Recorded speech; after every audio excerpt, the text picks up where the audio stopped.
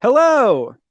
Hello. That's right. It is YouTube time this time, all the time. If you like poetry, if you like literature, if you like cultural history, then you've come to the right place.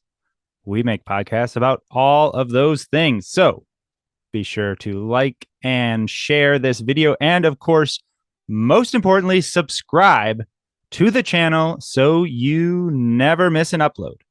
Since we mostly make podcasts, you can also find our shows on all the major podcast platforms. So if you found this video, but YouTube isn't your speed for regular podcast listening, head over to Apple Podcasts, Stitcher, SoundCloud, Spotify, wherever you get your podcasts, and subscribe there. All right. Hope you enjoy the episode.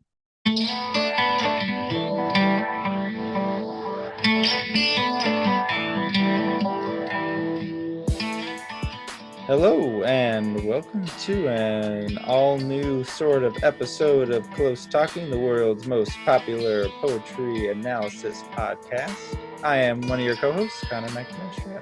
And I am your other co-host, Jack Rossiter Munley, and we are thrilled to be here today bringing you a not quite episode of Close Talking.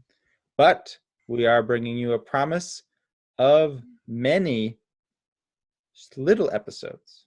In the spirit of National Poetry Month, you may recall our famed haiku series last April, and we did a week of short little mini episodes every day, and we are going to be doing that for you to end the month of April.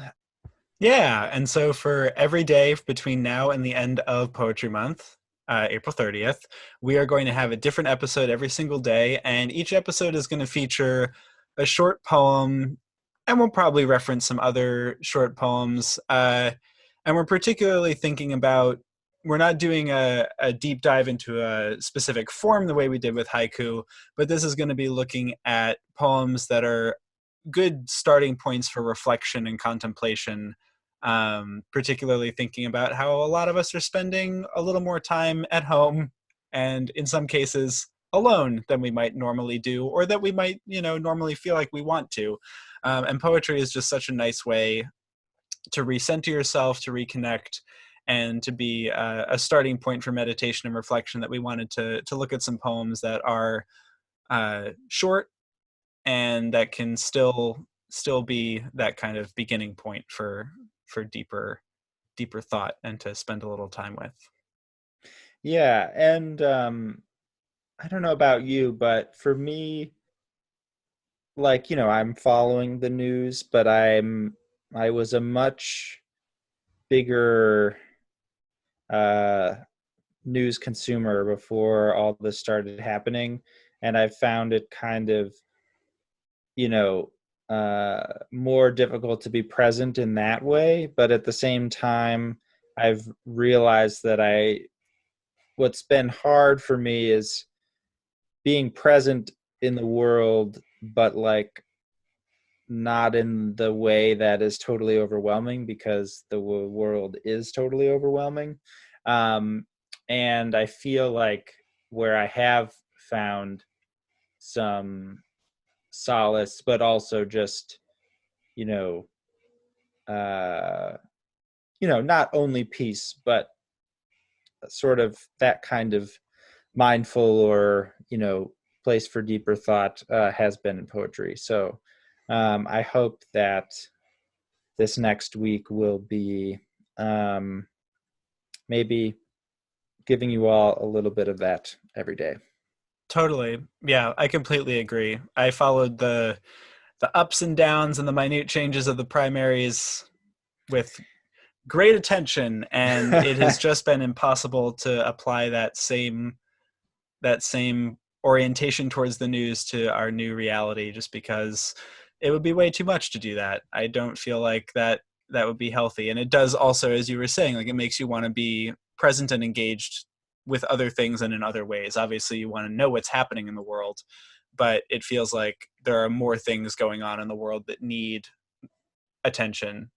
We're all sort of I don't know. I think we're all thinking about our own worlds in different ways and really honing in on what we want our own experience of the world to look like and what we want our personal worlds to contain.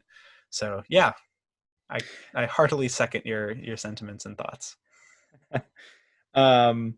Yeah, and so we thought we're not going to dive super into it, but we thought we'd leave you all with a poem.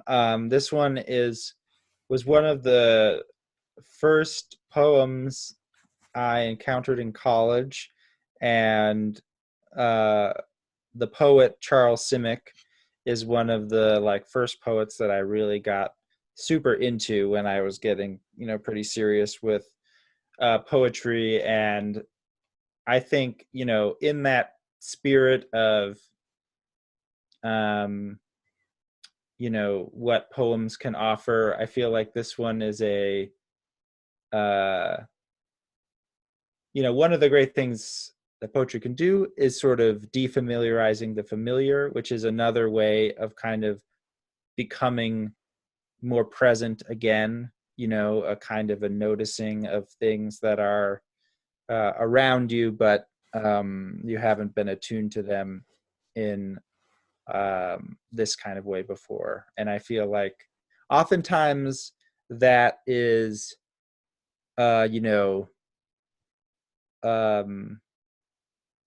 like this one, I don't know, it has a humor to it while also being, I think, kind of doing that noticing.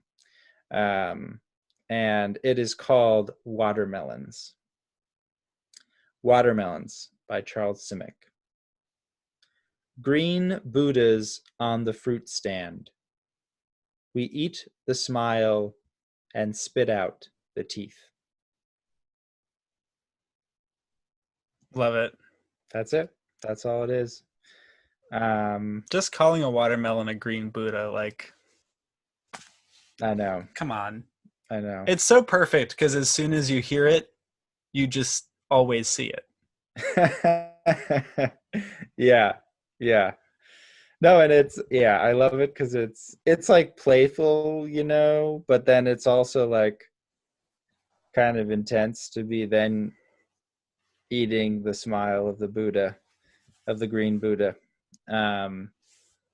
But yeah, I was having some not super ripe watermelon the other day. It's not really watermelon season, but we got a quarter melon, and so I had it. But I was thinking about my friend Charles Simic and Snacking on some Buddha grins. snacking on some Buddha grins. Yeah. So anyway, I hope that might give you a little something to think about. Green Buddhas on the fruit stand. We eat the smile and spit out the teeth. And we will be with you tomorrow.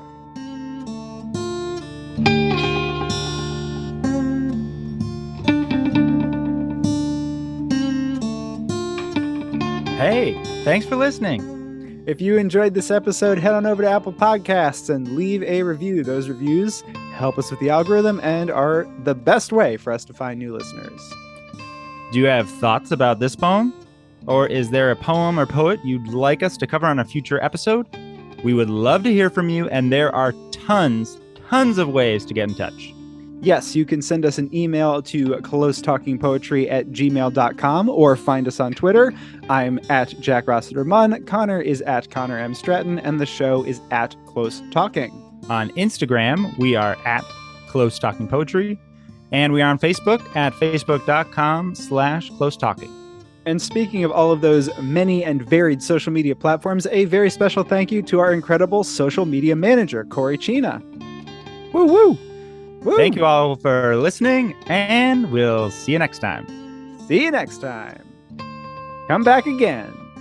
Please come back just one more time. Door's always open. Okay, bye. See ya.